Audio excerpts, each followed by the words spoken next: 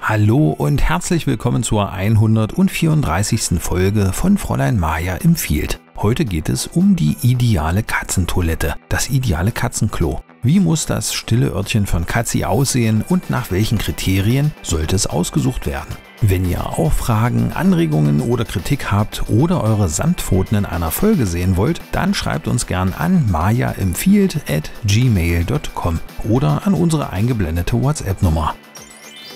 Viele Katzenhalter bevorzugen die Haltungsform des Freigangs. Dazu haben wir bereits einige Folgen gemacht. Beim Freigang erübrigt sich größtenteils die Frage nach einem Katzenklo. Allerdings gibt es auch viele Halter, die sich mit ihren pelzigen Lieblingen die Wohnung teilen. Einige Zweibeiner fühlen sich oftmals als geduldete Gäste. Gerade aus den Reihen der Wohnungshalter erreichen uns immer wieder Nachfragen zum Verhalten der Feliden, wenn es um ihre Geschäfte geht. Die häufigste Ursache für Probleme mit der Sauberkeit sind tatsächlich Katzentoiletten. Sei es der Aufstellort, die Größe oder die Streu. Daher kommen für euch nun ein paar einfache Tipps, mit deren Hilfe ihr das ideale Katzenklo für eure Fellkinder findet.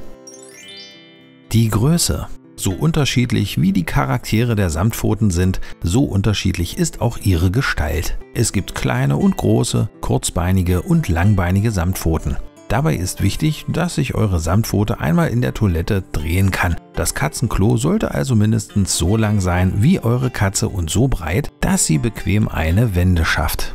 Hack Nummer 1. Für richtig große Rassen können wir euch die günstigen IKEA-Boxen empfehlen. Sie sind leicht zu reinigen, stabil und bieten Platz, selbst für den größten Kuni. Der Einstieg. Es gibt unterschiedliche Katzentoilettenmodelle. Manche haben einen rundherum gleich hohen Rand und passend dazu einen Randaufsatz. Bei den sogenannten Hop-in-Klos ist die Öffnung oben. Die Katze steigt also von oben in die Katzentoilette und kann dann beim Verrichten ihres Geschäftes oben herausgucken. Hier gibt es den Vorteil, dass Katzi zu allen Seiten den optimalen Überblick hat, während sie thront. Anders als wir Zweibeiner sitzen die Schnuffelschnuten gern auf dem Präsentierteller. Dadurch sieht sie Bedrohungen bereits von Weitem und ist beim Geschäftemachen entspannter. Da ticken Katzen eben anders als wir Menschen. Allerdings ist dieses Modell dann problematisch bei Randpinklern. Hier solltet ihr auf ein hochwandiges Modell zurückgreifen. Ist euer Stubentiger bereits in die Jahre gekommen und nicht mehr so mobil und springfreudig, weil die Gelenke schmerzen, dann solltet ihr auf jeden Fall ein Modell mit niedrigem Einstieg wählen. Hack Nummer 2. Sollte die Problematik des Stehpinkels mit dem fortgeschrittenen Alter eurer Samtpfoten zusammenkommen und die in Würde gealterte Schnuffelschnute nicht mehr richtig in die Hocke gehen können, so können wir euch Plastikvorratboxen empfehlen. Diese gibt es als transparente oder farbige Varianten. Transparent ist in diesem Fall besser. Die Stapelboxen haben einen schönen hohen Rand, aber keinen Einstieg. Diesen könnt ihr mit ein wenig Geschick und einem Lötkolben oder Teppichmesser in die Box schneiden. Achtet darauf, dass ca. 5 bis 6 cm für die Streu stehen bleiben. Eure Samtpfoten werden euch den niedrigen Einstieg danken. Die Haube. Katzenklos gibt es auch mit einer abnehmbaren Haube. Dazu häufig auch mit Swingdoor-Einstieg. Dadurch bleiben Geruch und Staub der Einstreu drinnen und auch die Randpinkelproblematik ist damit erledigt. Allerdings gibt es hier das Problem, dass das Nasentier Katze dem hochkonzentrierten Katzenstreuduft oder Staub ausgesetzt ist und zusätzlich keinerlei Überblick über nahende Feinde hat. Dies kann Stress beim Fellball verursachen, wenn die Geschäfte verrichtet werden sollen. Die Haube ist nicht selten der Auslöser für Unsauberkeit von ansonsten eher unauffälligen Fellnasen. Hack 3. Die Schwingtür einfach aushängen bzw. den Einstieg aufklappen. Seitdem wir das machen, gehen alle unsere schnurrenden Burschen gern und völlig stressfrei auf die Klos. Dank der Haube fliegt nicht so viel Streu durch die Gegend. Das Randpinkelproblem entsteht erst gar nicht und durch den offenen Einstieg bleibt ein Großteil des Duftes, wo er bleiben soll, ohne dass Katzi gleich erstickt. Die Reinigung. Es gibt neben der klassischen Variante mit einer normalen Schaufel und passendem weiteren Zubehör auch Toiletten mit Einsätzen, die gleich als Sieb fungieren. Das erscheint im ersten Augenblick auch praktisch. Allerdings funktioniert das wirklich nur gut, wenn die Schnurriputze keine Randpinkler sind bzw. nicht allzu groß. Denn diese Modelle gibt es nur bis zu einer bestimmten Größe. Wir nutzen die Haubentoiletten mit offenem Einstieg und Schaufeln. Die Hauben und Wannen können leicht voneinander getrennt und ebenso leicht gereinigt werden. Hack Nummer 4. Selbstreinigende Toiletten. Hiervon gibt es ebenfalls verschiedene Varianten. Die vielversprechendste hat unser Freund Dennis vom Schlitzohr Haustierkanal ausgiebig getestet. Der größte Vorteil bei diesem Modell ist, dass hier wirklich nichts gereinigt werden muss. Sobald die Entsorgungskapazität erreicht ist, wird einfach der komplette Streueinsatz über den Hausmüll entsorgt. Schaut doch bitte mal bei ihm rein. Das Video habe ich euch verlinkt. Die Katzenklomatte.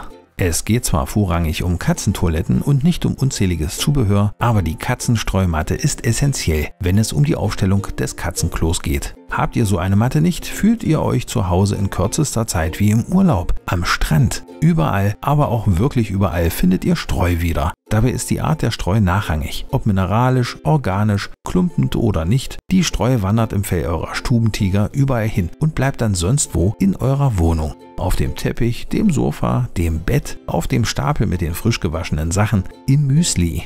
Hack 5. Schlaue Katzenmatten gibt es mittlerweile viele am Markt. Das Prinzip ist einfach. Auf einer undurchlässigen Matte wird eine zweite mit einer Netzstruktur angebracht. Die Streuklumpen werden durch dieses Netz wie bei einem Abtreter abgestreift und wandern zwischen Gitterstruktur und Matte und können nicht in der ganzen Wohnung herumfliegen. Doch bei den Matten gibt es große Unterschiede. Unsere ursprüngliche Canadian Cat Zaubermatte hat jahrelang gute Dienste geleistet. Aber nach dem Umstieg von mineralischer Streu zu Ökostreu konnten wir die Canadian Cat Zaubermatte nicht mehr benutzen. Nun haben wir aufgerüstet und eine Matte vom Pfoten Olymp gekauft. Eine weitere wurde uns von Jan vom Pfoten Olymp kostenfrei zur Verfügung gestellt. Vielen Dank nochmal dafür. Die weiche Oberfläche der Gitterstruktur stresst die kleinen Samtpfoten nicht beim Drüberlaufen. Die Größe ist passend so gewählt, dass beispielsweise unsere Cats Best Ökostreu hervorragend davon aufgefangen wird. Der Clou an dieser Matte ist jedoch, dass man bequem mit Hilfe der Entleerungshilfe die Ober- und Untermatte auffalten und überschüssige Streu zurück in die Toilette schütten kann. Das funktioniert mit der abgerundeten Matte noch besser als mit der rechteckigen.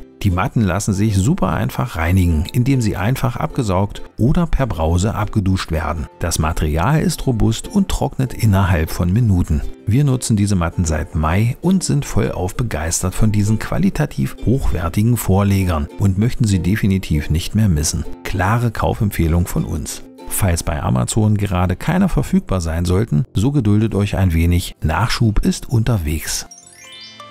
Ein wichtiger Hinweis zum Schluss. Bitte nutzt keine Duftstreu. Katzen können bis zu 30 Mal besser riechen als wir Menschen. Für sie ist dieser Geruch unerträglich und ein riesiger Stressfaktor.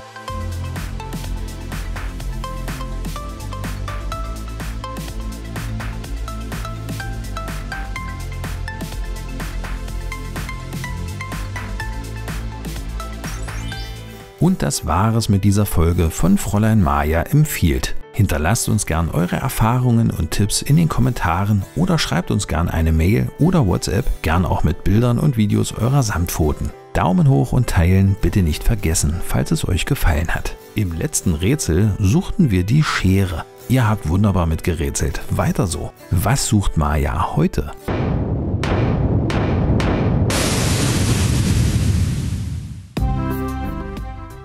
Mein Rock ist weiß wie Schnee und schwarz wie Kohlen. Was glänzt, das muss ich holen.